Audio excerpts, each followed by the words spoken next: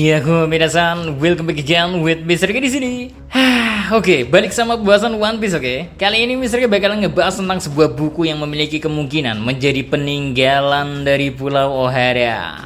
Ya, bagaimana kalau ternyata semua penelitian yang sudah dilakukan oleh orang-orang di Ohara terdahulu ternyata sudah disatukan menjadi sebuah buku dan tentunya sudah tertulis dalam bahasa yang bisa dibaca di era sekarang. Bukan dengan menggunakan bahasa kuno seperti yang biasa tertulis pada poneglyph. Soalnya bukankah kita semua dibuat bertanya-tanya kan, mengapa orang-orang di Ohara sampai lebih memilih menyelamatkan buku-buku yang ada dibandingkan dengan menyelamatkan diri mereka sendiri? Mungkinkah jawaban dari hal ini berhubungan dengan perubahan yang mungkin terjadi dengan adanya informasi-informasi yang telah mereka temuin yang berhubungan dengan sejarah terciptanya dunia One Piece? Well, biar kita bisa ngebahas tentang hal ini lebih jauh, kayaknya kita bahas aja di konten 3N alias konten ngobrol ngalor ngidul, dimana Misteri bisa ngebahas apapun sesuka hatiku.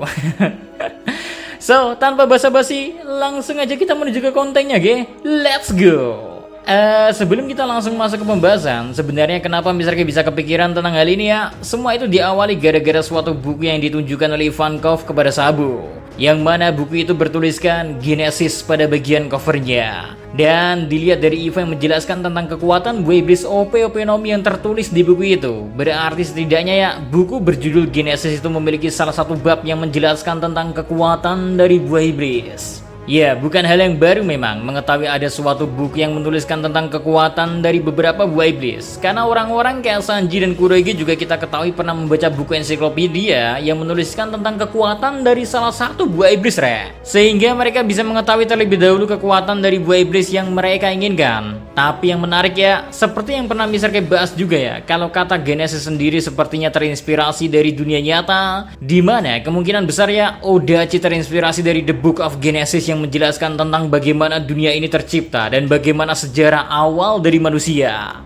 Sekilas hal ini memang terdengar gak ada hubungannya dengan dunia One Piece dan agak gila kan? Akan tetapi, satu hal yang perlu kita garis bawahi ya, yaitu hilangnya sejarah dan misteri dari masa lalu bagaimana dunia One Piece tercipta masih menjadi tanda tanya. Bahkan penelitian yang dimaksud untuk mengungkap hal ini aja dilarang oleh pemerintahan dunia kan? Makanya bukankah sangat masuk akal kalau kita hubungkan dengan bagaimana para arkeolog di Pulau Ohara yang sempat melakukan penelitian untuk mengungkap isi dari batu poneglyph yang tertulis menggunakan ancient text? Yaps, bahasa kuno menjadi salah satu bahasa yang digunakan oleh para orang-orang terdahulu untuk menyampaikan pesan tentang apa yang sebenarnya terjadi di masa lalu, khususnya di abad kekosongan di mana ya sejarah tiba-tiba hilang dan terputus.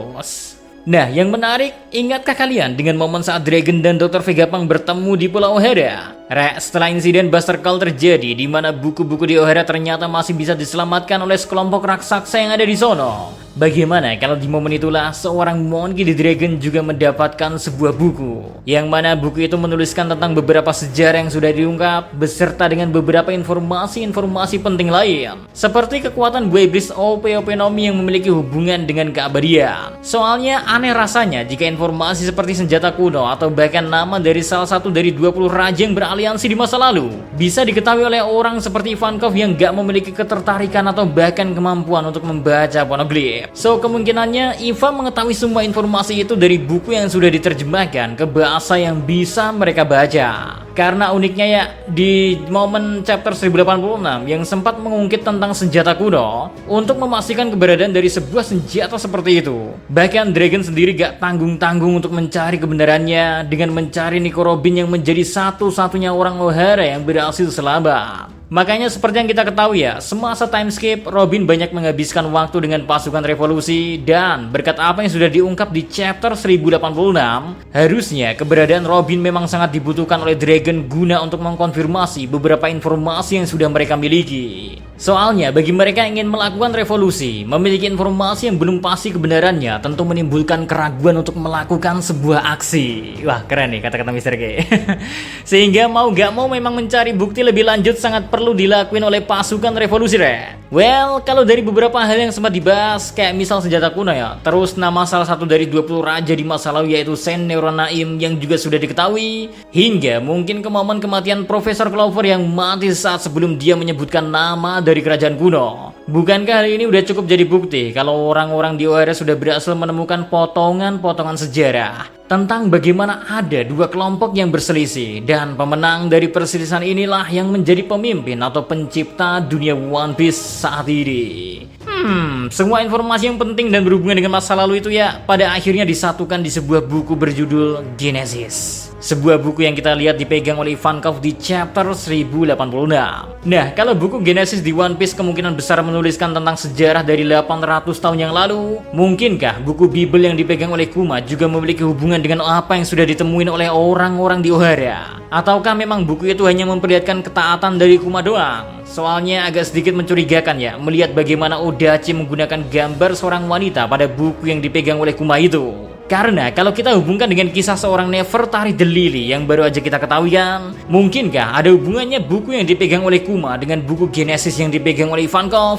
Secara keduanya merupakan orang-orang terpercaya dari Dragon yang sudah pasti diberikan informasi lebih banyak dibandingkan komandan-komandan lain di pasukan revolusi. Sehingga gak aneh rasanya kalau keduanya memiliki sedikit pengetahuan tentang apa yang sebenarnya terjadi kepada dunia One Piece. Jadinya gak semata-mata ya, revolusi ini dilakuin hanya karena pemerintahan dunia melakukan sesuatu secara semena-mena. Melainkan ada informasi lebih yang diketahui oleh para petinggi di pasukan revolusi tentang bagaimana pemerintahan dunia sebenarnya menjadi orang-orang yang mencoba memanipulasi dan mengarahkan dunia ke arah yang mereka inginin. Wow, gila sih. Gimana nih? Kalau menurut kalian sendiri, mungkinkah buku seperti itu ada di One Piece? Atau malah gak mungkin orang-orang dari O'Hara seberani itu untuk membuat sebuah buku yang berasal dari terjemahan apa yang tertulis di batu-batu poneglyph yang udah pernah mereka teliti terlebih dahulu?